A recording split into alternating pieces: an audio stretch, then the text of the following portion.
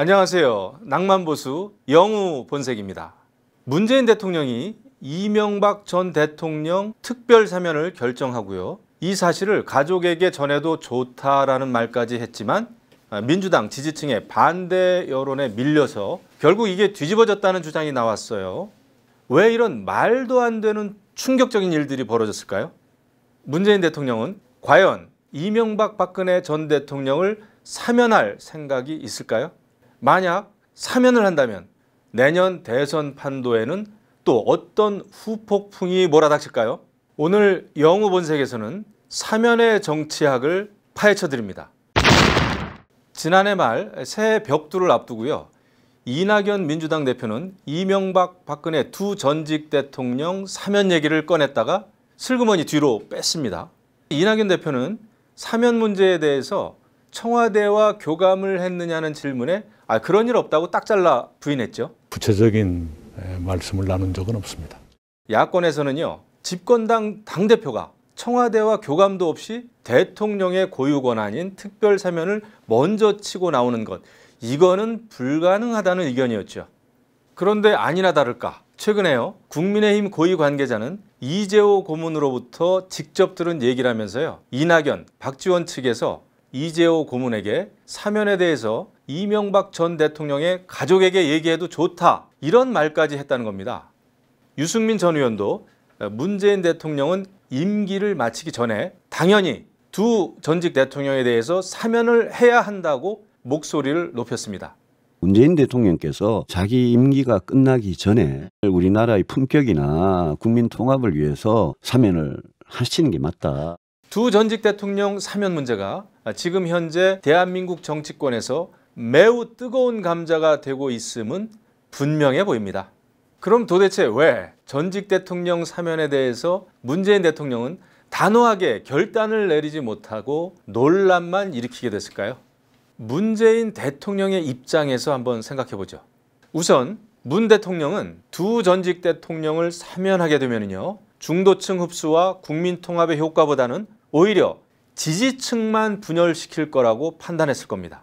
이낙연 전 대표가 사면 얘기를 꺼내면서 애드벌룬을 먼저 띄웠지만 지지층의 강한 반대에 부딪혀서 지지율이 떨어지는 것을 보고 뜨거워라, 이렇게 한 것이죠.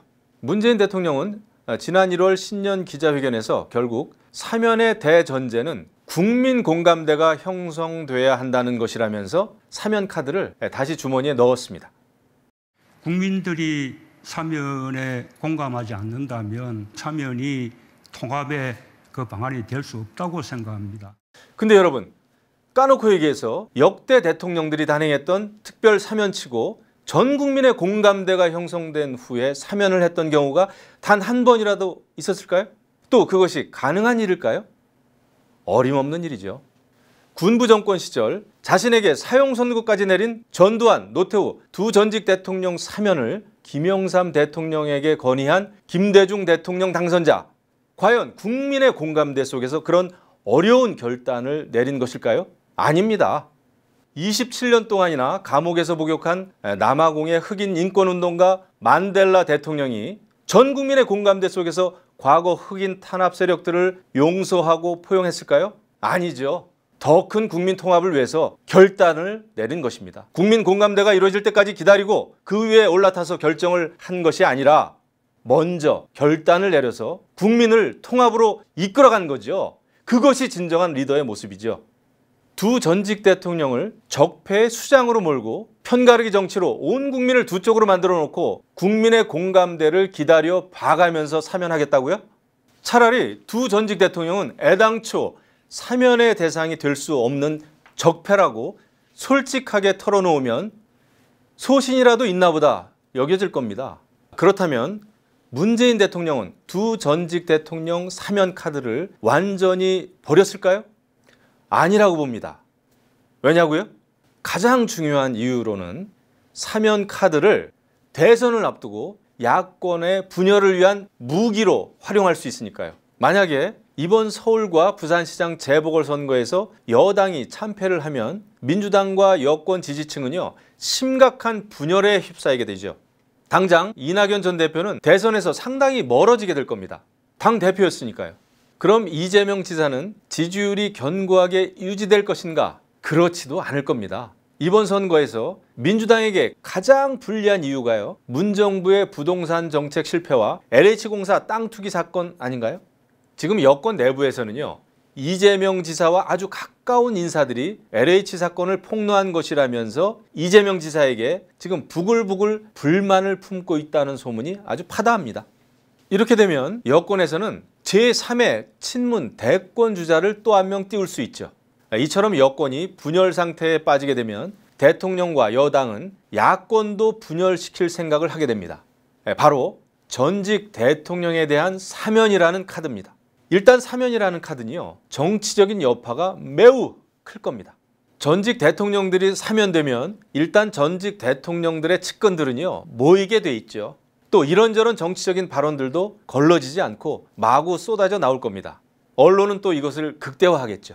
특히 박근혜 전 대통령 탄핵이라는 과거의 문제가 엉뚱하게도 현재 보수층을 다시 갈라놓는 현재의 이슈로 등장할 가능성이 매우 큽니다.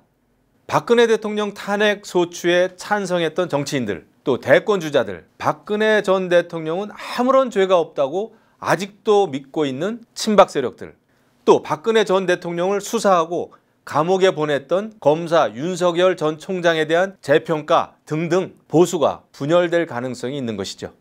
한 가지 덧붙이자면요, 결국 전직 대통령의 사면을 통해서 문 대통령은 퇴임 후 자신의 미래 상황에 대해서 보험을 들어놓는 겁니다. 그리고 한명숙 전 국무총리 등 진보 진영 인사들의 동시 사면을 위한 카드로도 활용할 수가 있겠죠. 두 전직 대통령 사면에 따른 문 정권 지지층의 반발도 희석시키고요.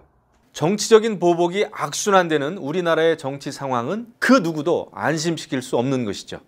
그렇다면 여러분, 내년 대선에서 승리해서 대한민국이 바로 서고 대한민국이 과거가 아니라 미래로 나아가기 위해서 어떻게 해야 되는 걸까요? 어떻게 처신해야 하겠습니까? 우선 국민의 이름으로 문재인 대통령에게 두 전직 대통령 사면을 당당하게 요구해야 합니다. 이것은 문 대통령이 사면 카드를 어떻게 정치적으로 해석하고 활용하느냐와는 별개의 문제죠. 문재인 대통령이 취임사에서 약속했듯이 국민 통합의 대통령이 되도록 만들어야 합니다. 약속을 지키도록 요구해야 합니다. 사면에 대한 국민 공감대 같은 추상적인 논리가 아니라 사면은 지도자의 결단의 문제라고 주장해야 하는 것이죠.